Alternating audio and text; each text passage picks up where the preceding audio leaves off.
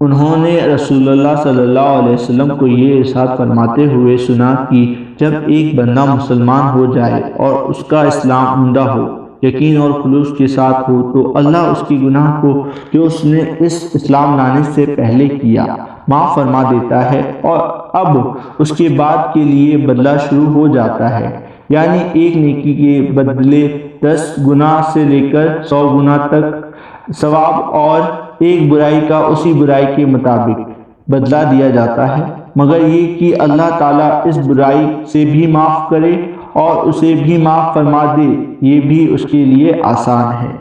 صحیح بخاری حدیث نمبر 41۔ رسول اللہ صلی اللہ علیہ وسلم نے فرمایا کہ تم میں سے کوئی شخص جب اپنے اسلام کو عمدہ بنا لے، یعنی نفاق اور دکھاوے سے پاک کر لے، تو ہر نیک کام جو وہ کرتا ہے اس کے بدلے 10 سے لے کر 700 گنا تک نیکیاں لکھی جاتی ہے، اور ہر برا کام جو کرتا ہے تو وہ اتنا ہی لکھا جاتا ہے جتنا کہ اس نے کیا ہے۔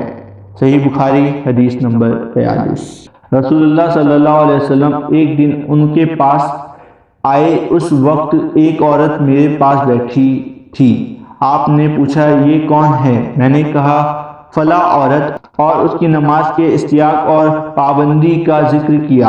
آپ صلی اللہ علیہ وسلم نے فرمایا ٹھہر جاؤ، سن لو کہ تم پر اتنا ہی عمل واجب ہے جتنا عمل کی تمہارے اندر طاقت ہے۔ اللہ کی قسم، ثواب دینے سے اللہ نہیں اکتاتا، مگر عمل کرتے کرتے اکتا جاؤ گے، اور اللہ کو دین کا وہی عمل زیادہ پسند ہے جس کی ہمیشہ پابندی کی جا سکے اور انسان بغیر اکتائے اسے انجام دے۔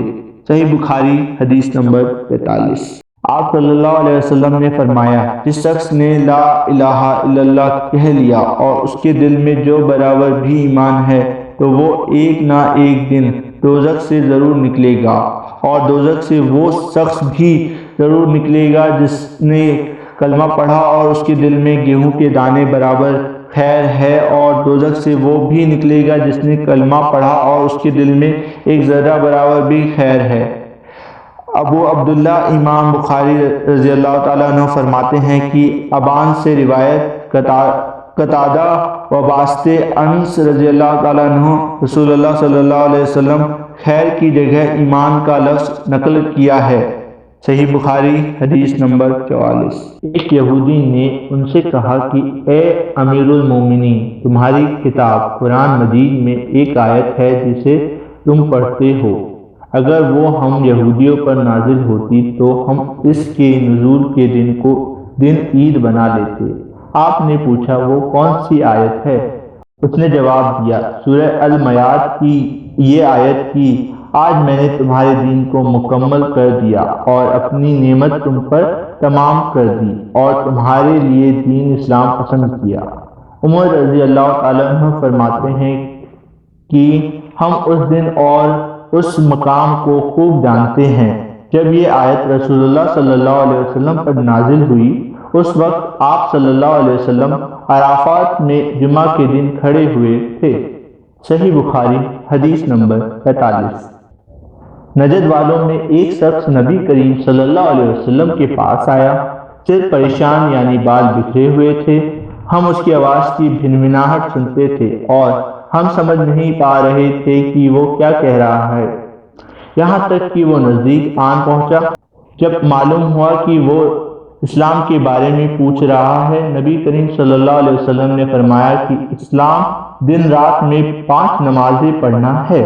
اس نے کہا بس اس کے سوا تو اور کوئی نماز مجھ پر نہیں؟ آپ صلی اللہ علیہ وسلم نے فرمایا نہیں، مگر تو نفل پڑھے تو اور بات ہے۔ نبی کریم صلی اللہ علیہ وسلم نے فرمایا اور رمضان کے روزے رکھنا؟ اس نے کہا اور تو کوئی روزہ مجھ پر نہیں ہے؟ آپ صلی اللہ علیہ وسلم نے فرمایا نہیں، مگر تو نفل روزے رکھے تو اور بات ہے۔ طلحہ نے کہا اور نبی کریم صلی اللہ علیہ وسلم نے اس سے رکعت کا بیان کیا۔ وہ کہنے لگا کہ بس اور کوئی صدقہ مجھ پر نہیں ہے؟ آپ صلی اللہ علیہ وسلم نے فرمایا نہیں، مگر یہ کہ تو نفل صدقہ دے تو اور بات ہے۔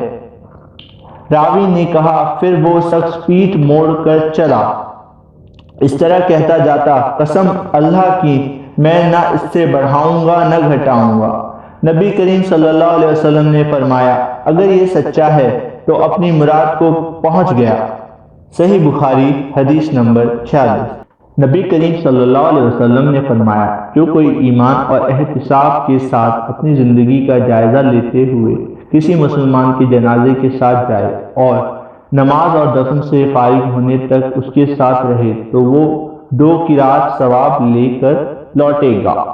ہر قرات اتنا بڑا ہوگا جیسے اود کا پہاڑ، اور جو شخص جنازے پر نماز پڑھ کر دفن سے پہلے لوٹ جائے تو وہ 1 قرات ثواب لے کر لوٹے گا۔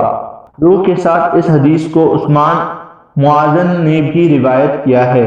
کہا ہم سے اوف نے بیان کیا، انہوں نے محمد بن سیرین سے سنا، انہوں نے ابو ہریرہ رضی اللہ تعالیٰ عنہ سے، انہوں نے نبی کریم صلی اللہ علیہ وسلم سے اگلی روایت کی طرح۔ صحیح بخاری حدیث نمبر 47۔ نبی کریم صلی اللہ علیہ وسلم نے فرمایا کہ مسلمان کو گالی دینے سے آدمی فاسق ہو جاتا ہے اور مسلمان سے لڑنا کفر ہے۔ صحیح بخاری حدیث نمبر 48۔ نبی کریم صلی اللہ علیہ وسلم اپنے حجرے سے نکلے، لوگوں کو شب قدر بتانا چاہتے تھے۔ وہ کون سی رات ہے، اتنے میں 2 مسلمان آپس میں لڑ پڑے۔ آپ صلی اللہ علیہ وسلم نے فرمایا میں تو اس لیے باہر نکلا تھا کہ تم کو شب قدر بتاؤں، اور فلاں فلاں آدمی لڑ پڑے تو وہ میرے دل سے اٹھا لی گئی، اور شاید اسی میں تمہاری بہتری ہو۔ تو اب ایسا کرو کہ شب قدر کو رمضان کی 27ویں، 29ویں اور 25ویں رات میں ڈھونڈو۔